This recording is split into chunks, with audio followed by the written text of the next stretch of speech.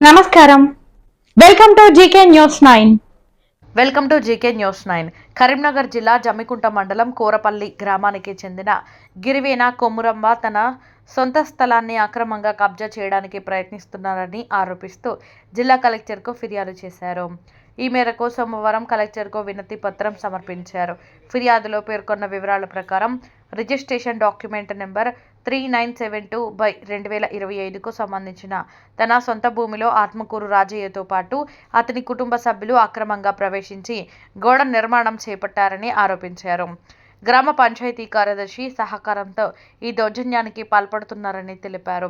ఈ వివాదంపై తాను న్యాయస్థానాన్ని ఆశ్రయించగా Huzurabad junior civil judge court IA number 7605/2026 OS number 950/2026 కేసులో తాత్కాలిక ఇంజెక్షన్ ఆర్డర్ జారీ చేసిందని పేర్కొన్నారు. అయినప్పటికీ కోర్టు ఉత్తర్వులను పట్టించుకోకుండా ప్రత్యర్థులు గోడ నిర్మాణాన్ని కొనసాగిస్తూ తమ కుటుంబాన్ని బెదిరిస్తున్నారని ఆవేదన వ్యక్తం చేశారు. స్థానిక పోలీసులకు కోర్టు ఉత్తర్వులు సమర్పించినప్పటికీ సరైన రక్షణ కల్పించడం లేదని, తప్పుడు కేసులతో వేధింపులకు గురి చేస్తున్నారని ఆరోపించారు. తమకు ప్రాణహాని ఉందని పేర్కొంటూ అక్రమ నిర్మాణాన్ని తొలగించి న్యాయం చేయాలని జిల్లా కలెక్టర్ను కోరారు. నా పేరు అశోక్, జమ్మికుంట మండలం కోరపల్లి విలేజ్. మేము ఇల్లర్ జాగా 2 గుంటలు మా ల్యాండ్లోకి కార్యదర్శిను పక్కనున్న ఆత్మకు రాజా ఇద్దరు కలుసుకొని 2 గుంటల భూమిని ఎలానైనా తీసుకోవాలని చెప్పి కుట్రలు పండుతున్నారు. మా దగ్గర అన్ని కాయిదాలను 1990లో కొనుక్కున్నాము.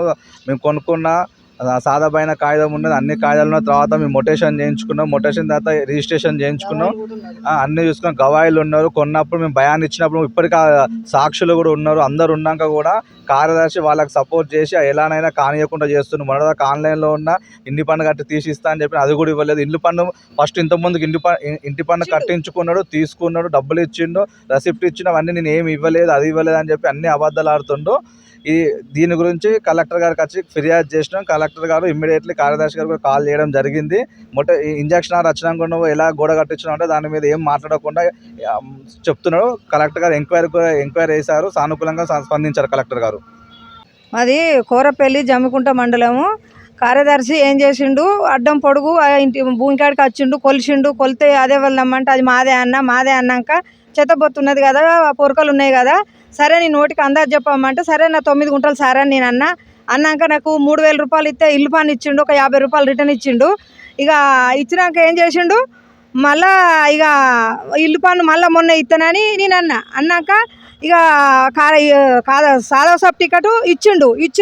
నేను ఏమంటా అంటే ఇప్పుడు నేను ఇవ్వలేదు అని ఉల్టా చేసి నేను ఇండిషన్ ఆర్డర్ ఇచ్చినాక కూడా మేము హాస్పిటల్ పోంటి ఈయన డైర్సింగ్ పేషెంట్ అయితే మేము హైదరాబాద్లో 10 రోజులు ఉన్నాం, కరీంనగర్లో 10 రోజులు ఉన్నాం. 20 రోజుల వరకు మంచిగా గోడ ఆత్మపూరి రాజయ్యను భాగ్యమ్మ వాళ్ళ కొడుకు ఇక కథం మేము లేకముందు చూసిర్రు. గోడ పెట్టినాక ఎందుకు పెట్టిర్రని మేము అది పోతే నన్ను అక్కలు ముక్కలు అంత బూతులు తిట్టిండు. వాళ్ళ కొడుకు నీళ్ళు పోతాడు, గోడకు నీళ్ళు పోతాడు. నేను పోయి గోడ కాడ నిల్చున్న వల్ల ఇక తిట్టినాక నేను సప్పుడేకి వచ్చినాక ఏం చేసిన మళ్ళీ మరి సారు నాకు ఇల్లు పన్ను చిట్టి నాకు నల్ల బిల్లు ఇయ్యి అని నేను అన్న వల్ల సరే అమ్మ ఇస్తా అన్నాడు. ఇస్తా అని వారం రోజులు నింపించుకున్నాక నేను ఇస్తాను అనుకున్నా కానీ మళ్ళీ సోమవారమేనాక ఇస్తానని అనుకున్నా కానీ నేను నువ్వు ఆన్లైన్లోకి వెళ్ళి తీసుకోపో అంటే మరి ఒక్కొక్కరు ఇల్లు చుట్టూ తిరిగితే ఇల్లు పన్ను కడతలేరు.